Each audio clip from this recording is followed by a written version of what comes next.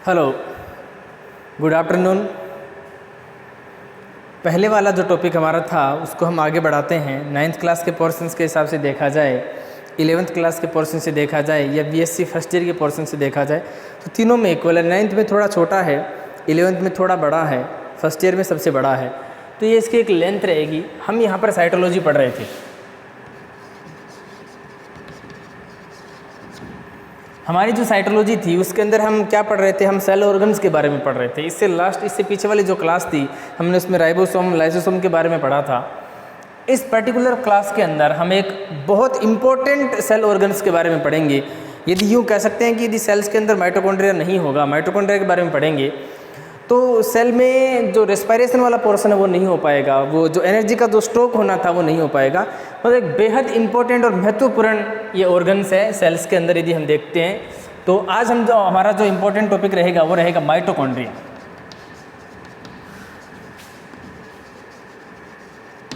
Mitochondria mitochondria को हम हिंदी में सूत्रकणिका कहते हैं। सूत्रकणिका, माइटोकॉन्ड्रिया। ये जो माइटो है ना, ये दो शब्दों से मिलकर बना है। पहला माइटोस और दूसरा है कॉन्ड्रियोन। तो माइटोस जो शब्द है उसका मतलब देखिए यहाँ पर क्या है, सूत्र है ना, फाइबर से हैं। या जो कॉन्ड्रियोन है ना उसका मतलब क्या है, चलिए एक मिनट, थोड़ी सी प्रॉब्लम आई थी। माइटोस का मतलब क्या होता है? फाइबर कह सकते हो आप, या अर्न कह सकते हो, धागा जो होता है, या थ्रेड लाइक स्ट्रक्चर या थ्रेड कह सकते हो आप। कॉन्ड्रियोन का मतलब क्या होता है? ग्रेन्यूल्स, थ्रेड और ग्रेन्यूल्स, या यूँ कह सकते हो कि दोनों को मिलाकर सूत्रकणिका कहेंगे। यानी धागे समान संरचनाओं का एक जो ग्रुप होता है ना उसे अपन माइटोकॉन्ड्रिया कहेंगे। माइटोकॉन्ड्रिया की जो खोज है, डिस्कवरी है, वो कोलिकर को मानते हैं। कुछ सन से भी है, किसी ने पहले देखा था, किसी ने बाद में देखा था, स्पष्ट बाद में किया था। तो जनरली हम कोलिकर को इसका डिस्कवरी का श्रेय देते हैं। लेकिन इसका जो नाम था ना वो बेंदा ने दिया था। सी बेंदा या बेंदा कह सकते हो। तो बेंदा ने इसका नाम दिया था, कोलिकर ने इसकी डिस्कवरी की थी। अब हम माइटोकॉन्ड्रिया को पढ़ते हैं कि एक्चुअल में माइटोकॉन्ड्रिया है वो क्या है। तो सबसे पहले तो मैं माइटोकॉन्ड्रिया का जो फर्दर नाम है वो आपको बता दूं कि माइटोकॉन्ड्रिया को हम कहते हैं अर्ध स्वायत्त शासी अंग। अर्ध स्वायत्त शासी अंग क्या मतलब है इसका? अर्ध स्वायत्त शासी अंग है उसका ये मतलब है, यानी सेमी ऑटोनोमस ऑर्गन।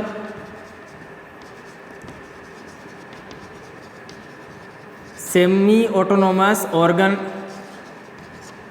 देखिए इस शब्द को आपको अच्छे से समझना है। कई बार एग्जाम में पूछा जाता है थ्योरी के क्लास में कि माइटोकॉन्ड्रिया को अर्ध स्वायत्त शासी अंग क्यों कहते हैं। तो सिंपल सी भाषा में यह भी कह सकते हैं कि माइटोकॉन्ड्रिया के अंदर खुद के राइबोसोम होते हैं। एक चीज़ तो ये है। दूसरी, इनके खुद के फर्दर डीएनए होते हैं माइटोकॉन्ड्रिया के। यानी डीएनए है, राइबोसोम है, वो साइटोप्लाज्म में मिलेंगे। कोशिका के अंग हैं डीएनए और राइबोसोम दोनों। बट ये माइटोकॉन्ड्रिया इतना डेवलप्ड ऑर्गन है साइटोप्लाज्म का कि इसके खुद के राइबोसोम और डीएनए होते हैं। चलिए ये तो होगी इसकी बात। बट इसको अर्ध स्वायत्त शासी क्यों कहते हैं? तो माइटोकॉन्ड्रिया के अंदर एक इतनी कैपेसिटी होती है कि ये साइटोप्लाज्म में रहकर अपने समान ही दूसरे माइटोकॉन्ड्रिया बनाने की क्षमता रखता है। लेकिन ये जैसे कि सेल है ना, सेल मेम्ब्रेन तोड़ दी, सेल मेम्ब्रेन से बाहर चला गया माइटोकॉन्ड्रिया, बाहर जाकर भी है ना अपने जैसे माइटोकॉन्ड्रिया बना ले, ये कैपेसिटी नहीं होती इसके अंदर। यदि बाहर जाकर बना लेता तब आप इसे कहते हैं कि स्वायत्त शासी यानी इंडिपेंडेंट ऑर्गन है एक प्रकार का। नहीं, यदि ये सेल मेम्ब्रेन को तोड़कर और सेल से बाहर जाकर अपने जैसे दूसरे माइटोकॉन्ड्रिया बना ले तब हम इसे कहते हैं स्वायत्त शासी अंग या स्वायत्त शासी पार्ट्स कह सकते थे। लेकिन इसको अर्ध स्वायत्त शासी इसलिए कहते हैं क्योंकि माइटोकॉन्ड्रिया है वो साइटोप्लाज्म में रहकर ही क्या कर सकता है, अपने जैसे दूसरे माइटोकॉन्ड्रिया बना सकता है, इसलिए इसको अर्ध स्वायत्त शासी अंग कहते हैं। तो ये तो हो गई माइटोकॉन्ड्रिया की बात। अब हम माइटोकॉन्ड्रिया के स्ट्रक्चर की बात करते हैं कि माइटोकॉन्ड्रिया होता कैसे है, फिर हम उसके फंक्शंस के बारे में पढ़ेंगे। तो एक तो ये हो गया कि माइटोकॉन्ड्रिया को अर्ध स्वायत्त शासी अंग कहते हैं और क्यों कहते हैं, ये चीज़ निकल कर आई। अब हम इसकी थोड़ी स्ट्रक्चर की बात करेंगे कि कैसी स्ट्रक्चर होती है माइटोकॉन्ड्रिया की। तो माइटोकॉन्ड्रिया की जो स्ट्रक्चर है वो लगभग एग शेप की होगी, थोड़ी सी डिफरेंट टाइप की, जिसमें आपको भिन्न भिन्न प्रकार के स्ट्रक्चर दिखेंगे। मेनली इसके अंदर क्या होगा, मेनली इसमें राइबोसोम्स और डीएनए पाए जाएंगे। तो चलो देखते हैं माइटोकॉन्ड्रिया की क्या स्ट्रक्चर बनती है, बनाने का प्रयास करते हैं। चलिए इसको माइटोकॉन्ड्रिया की स्ट्रक्चर बनाने का प्रयास कर रहे हैं।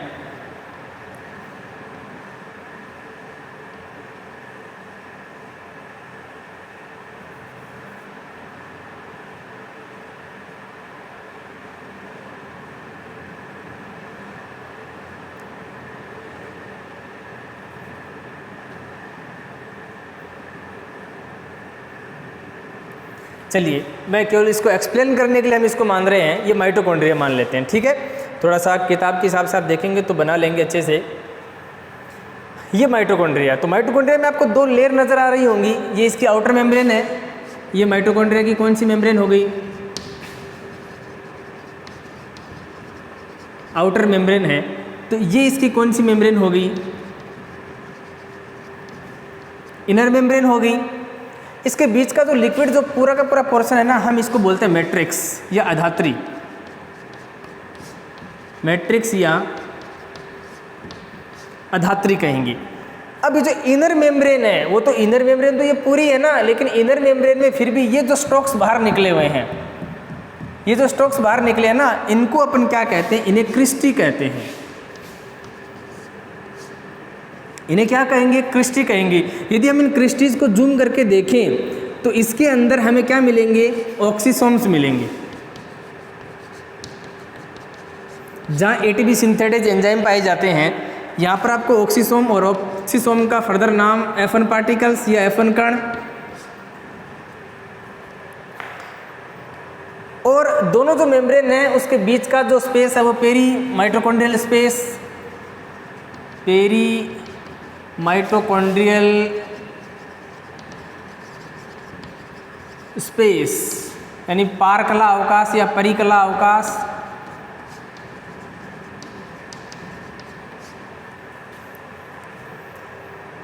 इसमें इसके ये राइबोसोम और इसके डीएनए भी आपको मिलेंगे। तो ये इसका डीएनए, तो ये तो इसकी स्ट्रक्चर हो गई माइटोकॉन्ड्रिया की स्ट्रक्चर कि माइटोकॉन्ड्रिया कैसा होता है। तो माइटोकॉन्ड्रिया एक डबल मेम्ब्रेन ऑर्गन है, ये याद रखना, क्योंकि सारे ऑर्गन नहीं होते, प्लास्टिड हैं या माइटोकॉन्ड्रिया, कुछ ही ऑर्गन है जो डबल मेम्ब्रेन होते हैं, दोहरी झिल्ली से होते हैं। तो माइटोकॉन्ड्रिया क्या है, डबल मेम्ब्रेन्ड ऑर्गन है। ये दोहरी झिल्ली से परिबद्ध एक कोशिकांग है जिसके ये पार्ट्स हैं। आप इसको नोट कर लीजिए, फिर आगे बढ़ते हैं।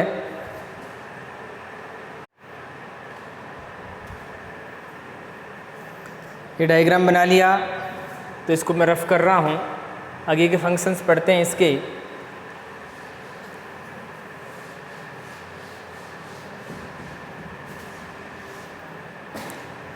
तो number of mitochondria in the particular cell क्या हो सकते हैं, क्या पॉसिबिलिटी रहती है। तो मिनिमम 50 हो सकते हैं, 50 से लेकर 5000 तक,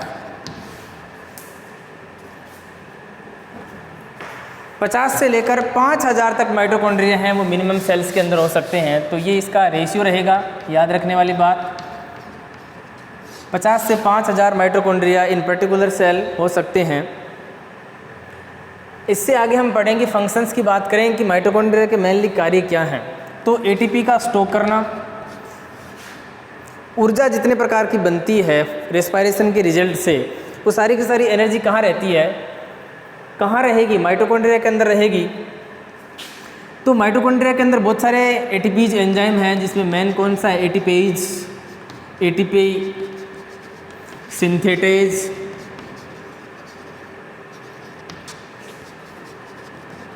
NADS2, NADP,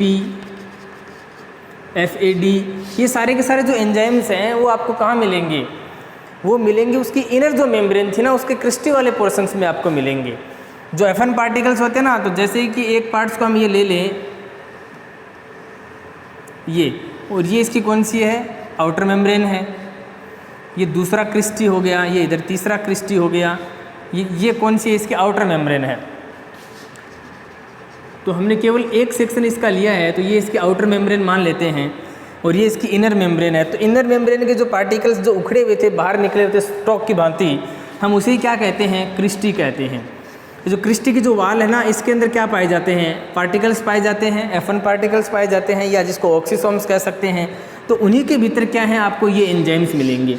इन एंजाइम्स का क्या कार्य है, जब रेस्पिरेशन होता है, श्वसन की प्रोसीजर होती है, जब श्वसन होता है ना, ऑक्सीश्वसन की हम बात करें तो ग्लाइकोलाइसिस की जो रिएक्शंस हैं, ग्लाइकोलाइसिस का जो पार्ट है वो होने के पश्चात में जब क्रेब्स साइकिल चलता है तो ये एंजाइम्स हैं ब्रोकआउट होंगे, वापस क्या होंगे, रीलोड होने। तो ये एंजाइम्स कहाँ आ जाते हैं, इस पेरी माइटोकॉन्ड्रियल स्पेस से होते हुए कहाँ आते हैं, क्रिस्टी वाले भाग में ऑक्सीसोम पर आते हैं।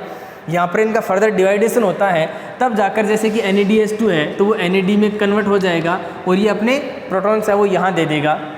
उसी प्रकार से NADH, FADH2, ये सारे के सारे क्या करेंगे, ATP सिंथेटिक जो एंजाइम है वो आपको प्रोडक्शन करके देंगे, किसका, ATP का, यानी एडेनोसिन ट्राइफॉस्फेट है वो, उसका कलेक्शंस कहाँ होगा, इस वाले पोर्शन में, इनर मेम्ब्रेन में होगा। तो हम कह सकते हैं कि माइटोकॉन्ड्रिया में क्या स्टॉक रहती है, कोशिका में जितनी प्रकार की एनर्जी है वो किस रूप में स्टॉक रहती है, वो ATP के रूप में। तो वो ATP कहाँ से बनती है, वो ATP बनती है ऑक्सीश्वसन के दौरान, और ऑक्सीश्वसन के दौरान क्या होता है, ग्लाइकोलाइसिस होता है, उसके बाद में क्या होता है, क्रेब्स साइकिल चलता है, और क्रेब्स साइकिल के बाद में क्या आता है, ETS आता है। खैर ये तो बाद की बातें हैं, जब फिजियोलॉजी पढ़ेंगे तब देखेंगे कि ETS क्या है, क्रेब्स साइकिल क्या है, ग्लाइकोलाइसिस क्या है।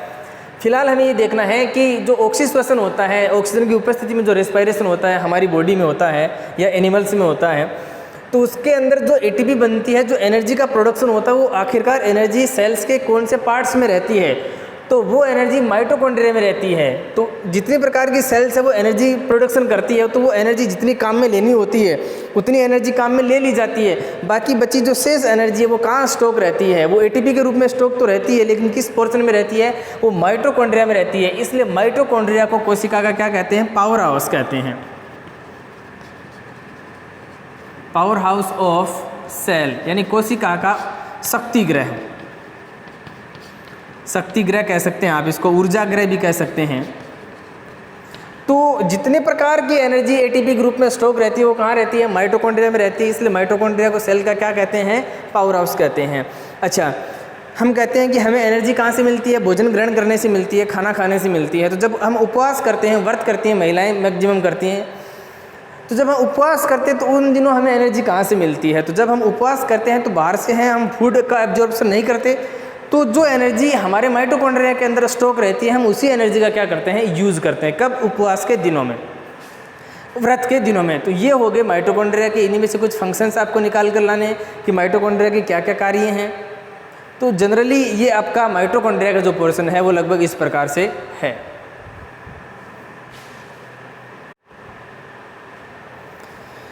तो अगली क्लास में हम किसी एक और सेल ऑर्गन के बारे में पढ़ेंगे। मोस्टली जो सेल ऑर्गन बचा है वो प्लास्टिड बचा है, तो अगली क्लास में हम प्लास्टिड पढ़ेंगे। यदि केमिकल कंपोजिशन की बात करो कि माइटोकॉन्ड्रिया के अंदर कौन सी चीज़ कितनी होती है, तो यदि हम इसका केमिकल कंपोजिशन लिखें तो लगभग इसमें 65 से लेकर 70% इसके अंदर प्रोटीन रहेगा, और लगभग 25% इसके अंदर फास्फोलिपिड, और लगभग 0.5% RNA, और शेष बचा इसका जो पोर्शन होगा वो DNA का रहेगा।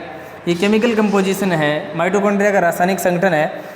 65 से 70% प्रोटीन होगा इसके अंदर, 25% फास्फोलिपिड्स होंगे इसके अंदर, 0.5% RNA और कुछ मात्रा में DNA आपको इसके अंदर मिलेंगे। तो ये एक हल्का सा हमारा माइटोकॉन्ड्रिया का जो पोर्शंस है वो हमने कंप्लीट किया है। अगले पोर्शंस में हम किसी और सेल ऑर्गन के बारे में पढ़ेंगे, जैसे कि प्लास्टिड जो मेन इंपॉर्टेंट बचा है। तो माइटोकॉन्ड्रिया में कौन सी सबसे महत्वपूर्ण फिजियोलॉजिकल रिएक्शंस होती हैं, कौन सी होती हैं, माइटोकॉन्ड्रिया के अंदर रेस्पिरेशन, श्वसन के सारे जो एंजाइम्स है वो आपको वहाँ मिलेंगे, जो आपको तोड़कर क्या देंगे, ATP प्रोड्यूस करवाएंगे। इस ATP का स्टॉक भी वहीं होता है, ATP का फॉर्मेशन भी वहीं होता है, और रेस्पिरेशन की जो प्रोसीजर का अंतिम भाग वो भी यहाँ पर कंप्लीट होता है। इस प्रकार से माइटोकॉन्ड्रिया एक महत्वपूर्ण सेल ऑर्गन्स है। इससे आगे अगली क्लासों में पढ़ते हैं, तब तक के लिए धन्यवाद।